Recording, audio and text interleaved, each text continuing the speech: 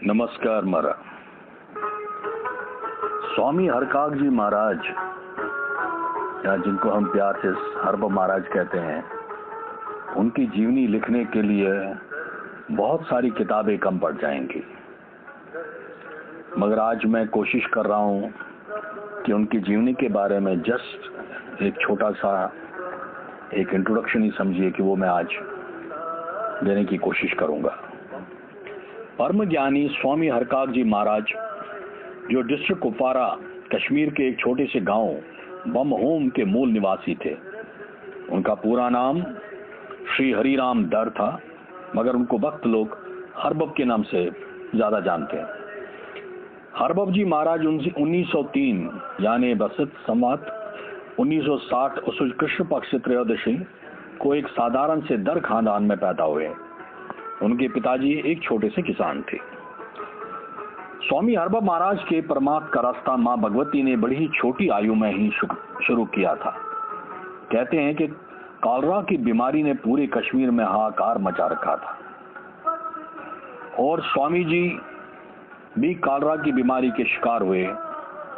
उस समय उनकी आयु यही कोई 5 से 6 साल की थी। उस समय इस बीमारी का कोई उपचार भी नहीं था। हरबब को भगवान के भरोसे छोड़ दिया गया और उनकी हालत दिन ब दिन बिगड़ती जा रही थी। उन्हीं दिनों सोपोर के एक महान स्वामी शिवजी पूतू, जो कि हरबब महाराज के दूर के रिश्तेदार थे, उनके घर पधारे।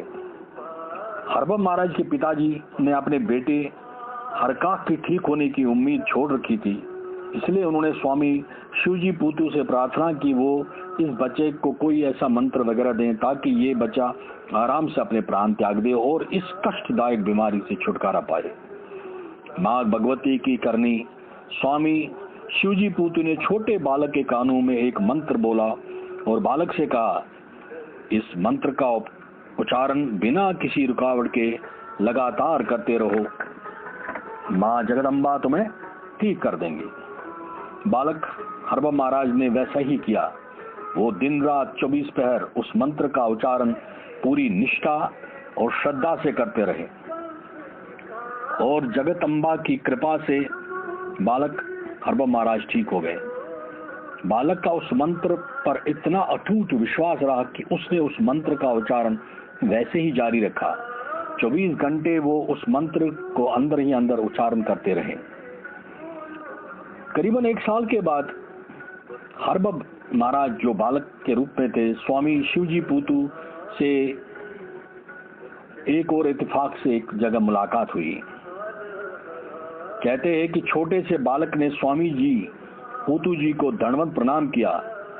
जब स्वामी जी ने बालक से पूछा कि किसके पुत्र हो, तो बालक ने तपाल से जवाब दिया कि आपका ही हूं, मैं आपका शिष्य हूं। स्वामी जी को कुछ पल के लिए आश्चर्य और थोड़ा गुस्सा भी आया और गुस्से से बालक पर बरस पड़े। बालक हरबब ने नम्रता और हाथ जोड़ के सारी बात उनको बता दी और याद दिला दी और कुछ इस तरह की लीलाओं का उन्होंने वर्णन किया कि स्वामी शिवजी पूतू पहले विश्वास न कर पाए। फिर उन्होंने हरबब महाराज जी को अलग ले जाकर कुछ और ऐसे प्रश्न पूछे जिनसे उनको ये विश्वास हो गया कि इस बालक पे माता जगदम्बा की बहुत ज्यादा कृपा है। कहते हैं कि बालक ने उनको माता के ऐसे स्वरूपों का जो विवरण किया कि जो सचमुच सुन के स्वामी जी पूतू जी जो है वो भी हैरान हो गए। इसलिए उन्होंने आध्यात्मिक और कुछ और प्रश्न पूछे, जिसका हरबब महाराज ने बहुत अच्छी तरह से जवाब दे दिया और स्वामी जी ने उनको कुछ और मंत्र दिए और उनको ये हिदायत की कि वो इन मंत्रों का चुपचाप अपना वैसे ही करते रहें जैसे पहले से करते आ रहे हैं। क्योंकि स्वामी जी बड़े अचंभे में थे कि जो दर्शन उन्होंने अभी तक इतनी तपस्या के बाद भी न हासिल की है, वो एक बालक उसको माता जगदम्बे ने दी है। स्वामी ने बालक को आशीर्वाद दिया और कहा, जो कर रहे हो वही करते रहो। तुम पर माँ भगवती की कृपा है और बहुत ही अच्छी दृष्टि है। स्वामी शिवजी पूतू ने बालक को अपना शिष्य उसी टाइम से स्वीकार किया और हरबब महाराज ने भी स्वामी शिवजी पूतू को, जो पहले से ही उनको अपना वो गुरु मान चुके थे। स्वामी हरबब महाराज ने अपनी लगन और घोर तपस्या से भगवती महामैया का आशीर्वाद पाया और वो संपूर्ण योगी बड़ी छोटी आयु में बने। वो 18 साल की आयु में ही परम योगी बने। और जैसे कहा जाता है कि कश्मीर के सारे ऋषि मुनि साधु संत सूफी ऋषि मस्तान इत्यादि आपस में इलाकदारी करते हैं। मतलब ये है कि जिसमें कोई इलाका या डिपार्टमेंट वगैरह आपस में बांटते हैं, हरबब महाराज को भी यही एक इलाकदारी का खिताब दिया गया। उनको भी बड़े बड़े संतों ऋषियों सूफी ऋषियों के बराबर ओहदा दिया गया। हरबब महाराज के गुरु महाराज स्वामी शिवजी पूतू श्री ऋषिपीर महाराज के वंश से थे। वो सोपोर से थे और कहते हैं कि बहुत ज्ञानी थे। शिवैज्म पे उनको बहुत ही महारत थी। हरबब महाराज ने हमेशा यही कोशिश की कि उनके बारे में लोग ज्यादा से ज्यादा जान ले, और हरबब महाराज ने यह भी कोशिश की कि अपने बारे में वो ज्यादा छुपाते रहे। मगर माता जगदम्बे महामैया की कृपा, उनकी आज्ञा से कुछ नहीं छुपता है। कश्मीर के महान संत मस्तान श्री श्री कशकाग जी महाराज, जो मणिगाम में विराजमान थे, उन्होंने उनके पास आने वाले जो भी श्रद्धालु थे या जरूरतमंद थे, उनको हरबब महाराज के पास भेजना शुरू किया। 1960 और 61 में स्वामी कशकाग बहुत बीमार हुए हैं। वो बिस्तर पे पड़े रहे। उनको पैरालिटिक अटैक हुआ था। उन्हें अपने तरीके से, या उसको बोलिए आप ट्रांसेंडेंशियल के तरीके से, जो उनकी अपनी बोली थी, अपनी टेलीकॉन थी, उसके जरिए उन्हें हरबब महाराज से को मिलने का संदेश भेजा। हरबब महाराज को जब ये संदेश मिला, उस वक्त बहुत बर्फबारी हो रही थी, सारे रास्ते बंद थे, कोई सवारी मिलना नामुमकिन था। मगर वो स्वामी कशकाग जी का संदेश नहीं टाल सकते थे। इसलिए उनने अपने एक प्रिय शिष्य श्री ब्रिजनाथ जी, जो कि रहमा के रहने वाले थे, उनको अपने साथ चलने को कहा।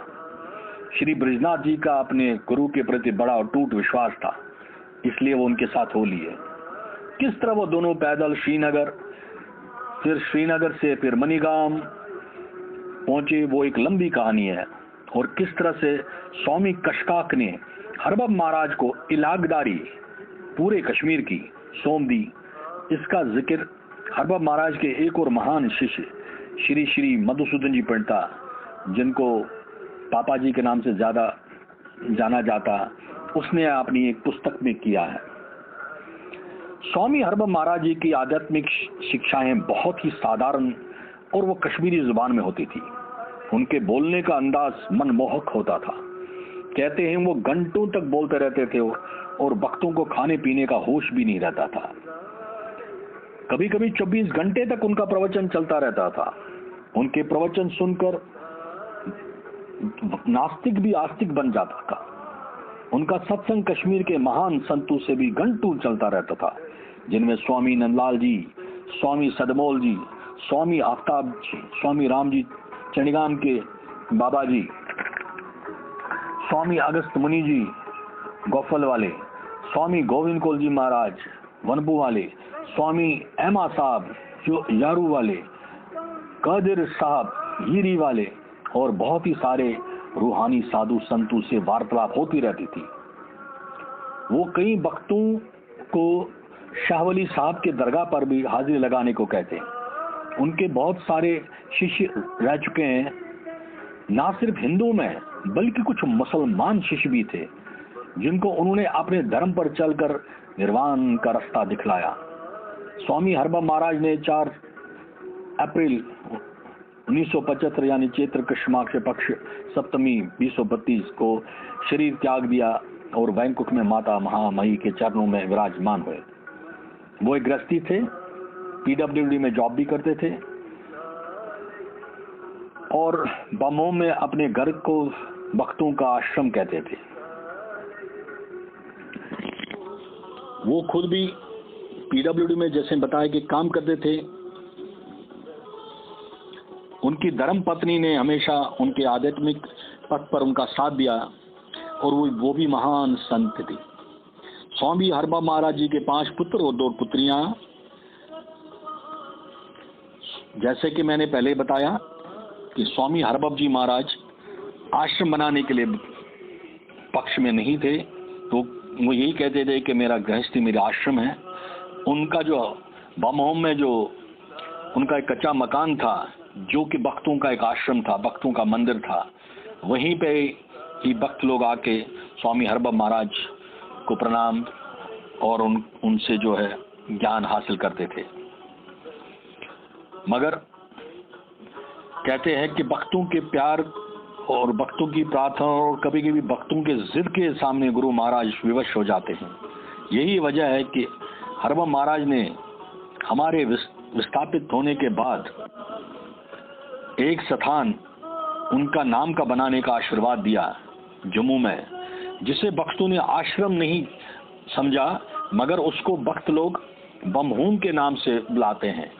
आज भी जो जम्मू में आश्रम है प्रिया दर्शनी लेन नंबर 3 तालाब तिलोमी जो स्थापित किया गया है, उसको बमहूम के नाम से जानते हैं, जहां हर शनिवार को शाम को भजन कीर्तन होता है। और हरबम महाराज और उनके कुछ जो महान शिष्य थे, उनका जन्मदिन और निर्वाण दिन मनाया जाता है। और हरबम महाराज के परम गुरु श्री पूतू जी का भी वहां पे जन्मदिन और निर्वाण दिवस मनाया जाता है। और जो निर्वाण दिवस दिन जो है स्वामी पूतू जी का, वो ऋषपीर महाराज के ही निर्वाण दिवस के दिन पड़ता है, इसलिए वे दोनों जो त्योहार उसी दिन वहां पे मनाए जाते हैं बमहोम में। उसकी देखरेख हरबम महाराज ने अपने कई शिष्यों के जिम्मे सौंपी है और सबने मिलकर ही इस बमहोम जो स्थान को बनाया है, सब भक्तों ने मिलकर बनाया है।